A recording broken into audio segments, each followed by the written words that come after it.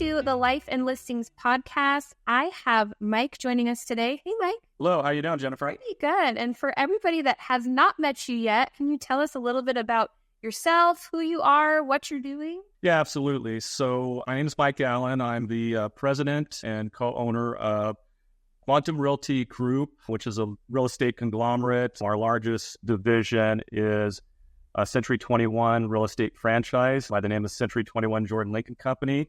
We're based out of the central San Joaquin Valley, California, which would be basically ag farm country. We're called the breadbasket of the world. So we have 5 branch offices from Fresno down to Bakersfield, and then we have 4 satellite offices and approximately 400 agents as well. And we also I'm also the president of a large property management company called Homes for Rent that manages properties in those areas. And also the managing partner of 5 real estate partnerships that has a portfolio, a 3-state portfolio of about $25 million in real estate.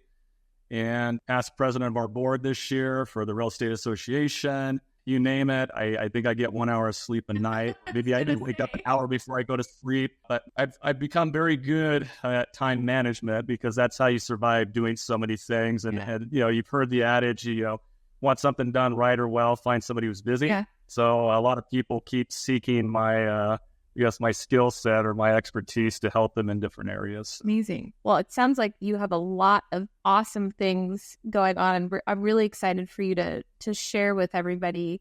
And there's so many different ways we could take this podcast today, just with all of your knowledge and everything you've got going on. But we thought just based on just kind of like the way that the current market is and all of the different, not only the shift in the market, but we've got, lawsuits that are happening and all the different things.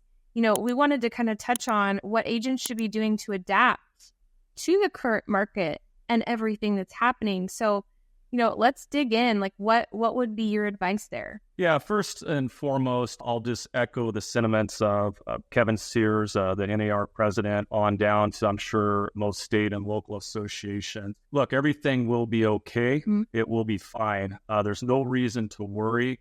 There is a lot of volatility. There are changes on the way. Obviously, it's generated from the class action lawsuits and the settlement with the National Association of Realtors, or NAR. Look, we've had changes in real estate since houses were made of rock, and we've always been fine. It just, we happen to be in one that's more significant than maybe the last few years. But keep in mind, it wasn't that long ago we got through COVID when everybody thought they would be out of business because they were no longer essential. Yep. All of a sudden to be able to work, and then we became essential very quick. Yeah.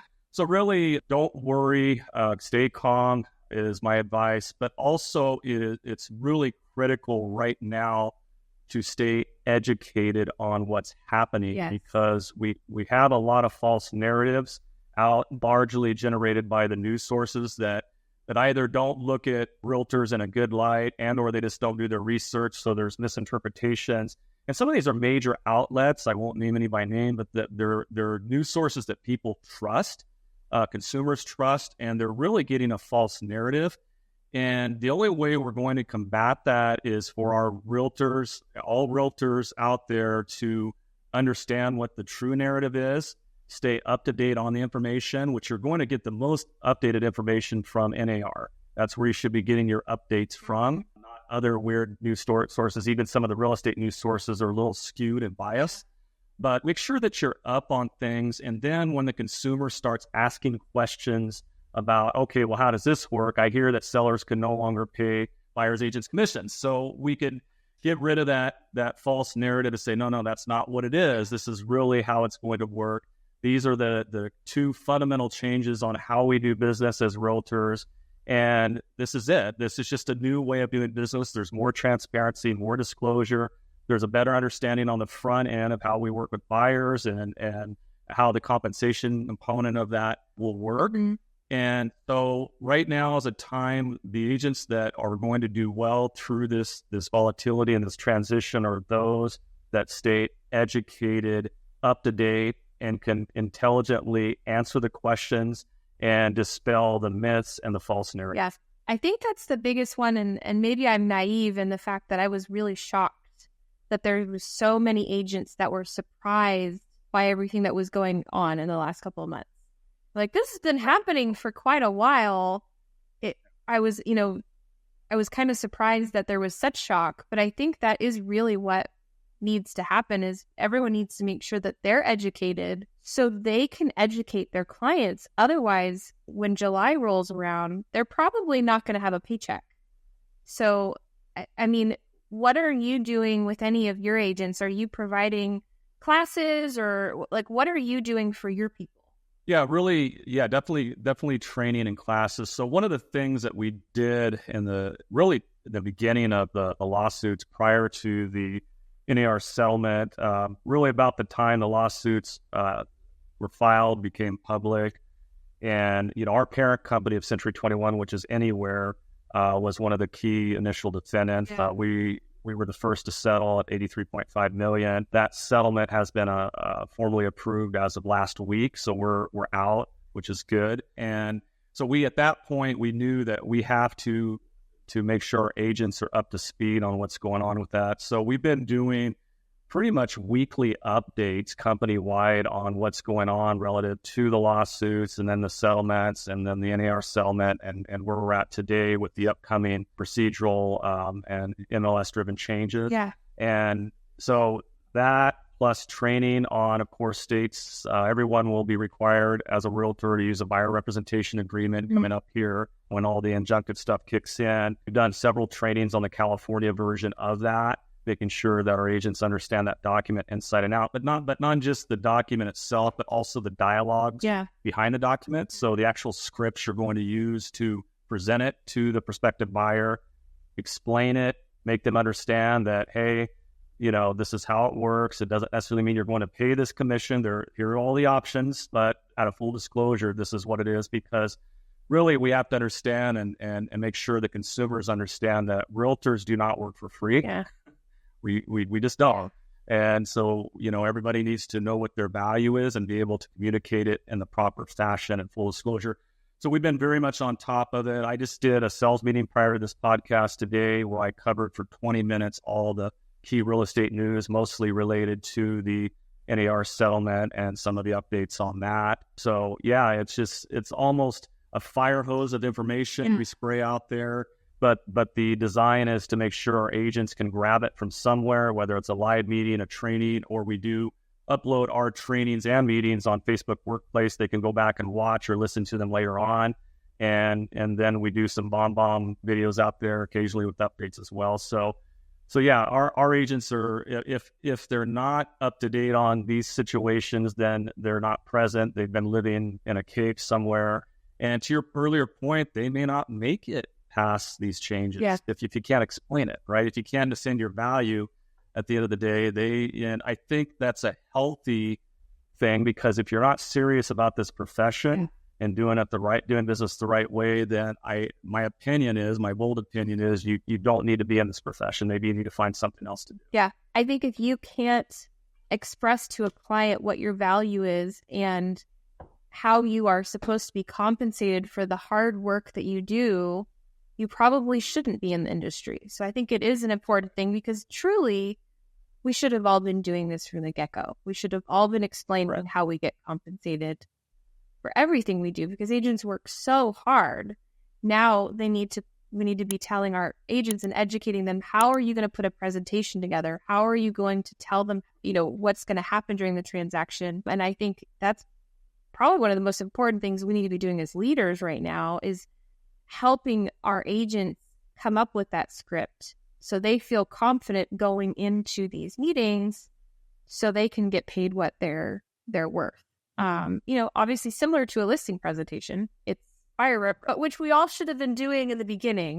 We should have all been doing buyer's representation agreements. We should have all been doing meetings with them and presentations, but we weren't all the time. Some people were. Did you find that some people in your office were already doing a lot of this before the changes came? Yeah, absolutely. So that's part of our training, and what our expectation is that before you show house one to prospective buyers, that you have an initial buyer consultation meeting, which is really synonymous with the listing presentation on the seller side. So we would bring them into one of our office locations in a conference room, sit down and just go over everything and how it works. And then ask a ton of questions on what the buyer's goals are and what they're really trying to accomplish, and then establish that relationship on the front end so they know how everything's going to work and what the expectations are. And then go ahead and, if they're ready to go, ready, willing, and able, and pre-approved, of course, with the lender, then we start scheduling showings at that point. Okay. So that's really our expectation. Now, realistically, does it happen that way 100% of the time? No. I mean, there's agents that on a whim, hey, I want to see this house, great, go show it. Yeah. Or maybe they're sitting at an open house, prospective buyers come through. So that's how the relationship starts. But I think it's really, particularly with these changes and the mandate on buyer representation agreements, I think it's fundamental that agents sit down with these prospective buyers at the onset and not meet them at a house, sit down in a professional environment, whatever that is for them, and just go over it, present it. Get all the disclosures out there, obviously get them to sign the agreement because that's a mandate, and then move forward later on with actual showings. Yeah, so important. And I think education just not only us as leaders, right? Like obviously you and I are, I'm sure, educating ourselves all the time, which is why you're giving 20-minute little snippets in a meeting about all of the things that are going on, but I'm sure it took you hours to kind of take in all of that information. And that kind of ties into something that you've got going on towards the end of this year. I mean, you're working towards a book, right? Yeah, correct. It was funny because obviously people have lists of all kinds, bucket lists, life goals. I've developed a 25-year plan out, and then I work that plan backwards. I go from 25, then down to 10, 5, 3, 1. Make sure really my 1 to 3 year plan supports that end game. Yeah. And so on my goal list was to write a book and about my experience of how I transitioned into real estate and just grew and just navigated the ups and downs and the storms, and just really stemming from a tragic event in my life because I never planned to get into real estate. I've been at it since 2006. Didn't plan to get into it, but ended up doing it. So it was interesting. I had it on my list to start a couple of years ago and then didn't do it. Life got busy. And then 2022, early that year, I was contacted by Forbes Publishing.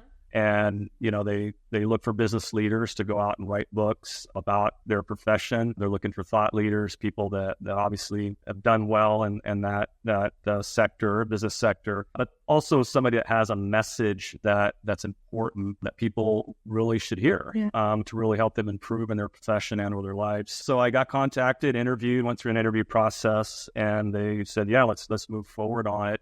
And I told him, I said, look, there's so many real estate books out there. It's a noisy space. I mean, you could go on Amazon and find a couple hundred. Yeah.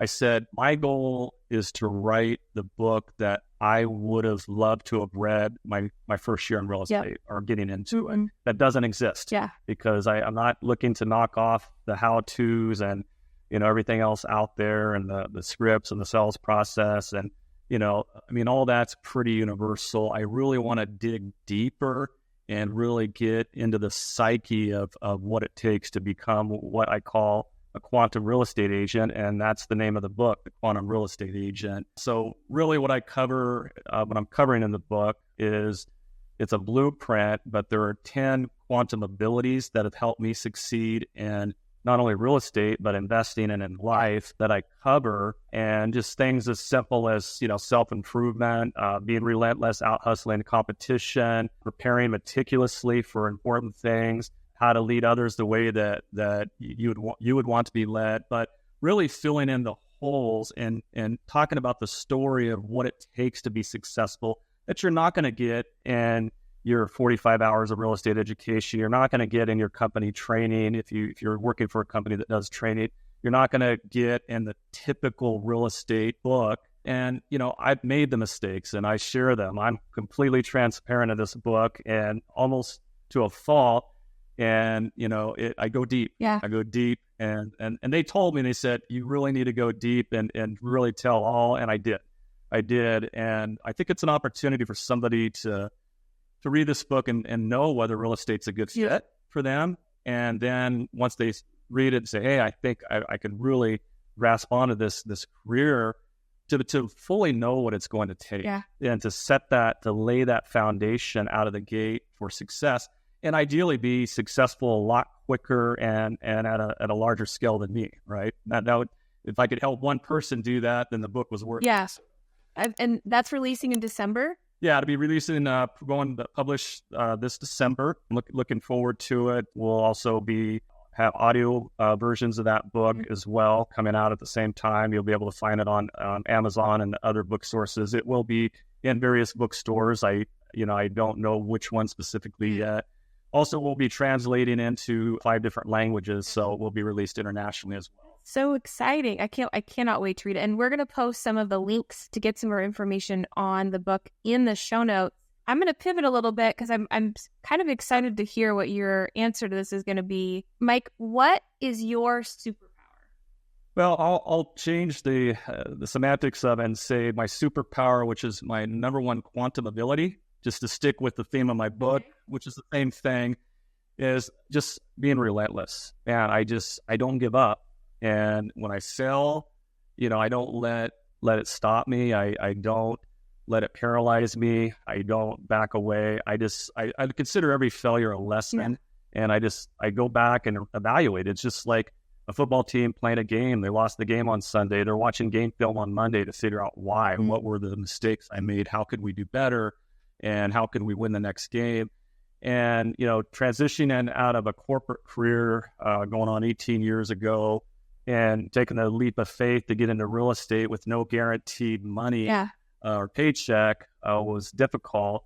But, I made the decision to do it through a tragic incident, which I tell about in my book. So I won't share it today, but I'll leave it for the book. But the bottom line is I stumble, I fell, I was near bankruptcy at certain points, and particularly when the market crashed. And after that, hit the Great Recession about 2008, our values went 40-50% off the cliff. Yeah. If you weren't a bank or REO agent, you probably weren't surviving very well. And luckily I grasped onto that, but I don't stop. I just keep going, and that's probably my number one ability. I mean, it's a great ability to have, right? Especially when you're going into real estate. It's such a hard time to dive in, but then once you can get through that, I'm sure it made real estate easier overall over the next course of time. So amazing. Yeah, I think going into just any endeavor that's entrepreneurial, real estate is certainly you're deciding to become an entrepreneur. Quite frankly, you're not an employee anymore if you were one. It's a blind faith, but when we call it blind faith, it's really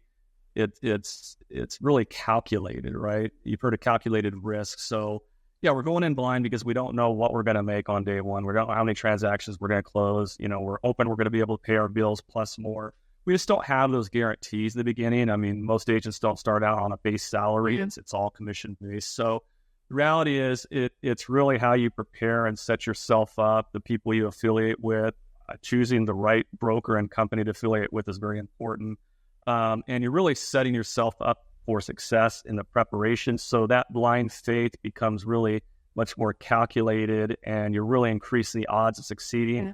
And then you're just laying that foundation, and you may be laying the right foundation for 2, 3, 4 months and not have your first sell. Mm. But trust me, if you're doing the right things, it will start happening. Yeah. And then you will start doing well. You will start making money. Amazing. Yeah. Awesome. Well, Mike, this has been so much fun having you on the podcast. Thanks for sharing just your knowledge. And I'm super excited to read the book when it comes out in December. If anybody wants to get more information, I'm going to drop the link to the book in the show notes. But if they want to reach out to you to, get to know you better or join your brokerage or any of those things, where's the best place for them to find you? I think that you can obviously email me. If you don't mind me sharing my email, it's Mike, Mike @jordanlink.com. That's JORDANLINK.com. And then I also have a website, www.mikeRallen.com. So that's MIKER as in Richard, ALLEN.com. So probably those two would be the best places to go. Well, thanks for coming on, and have a great day. You too, Jennifer. Thank you. Bye.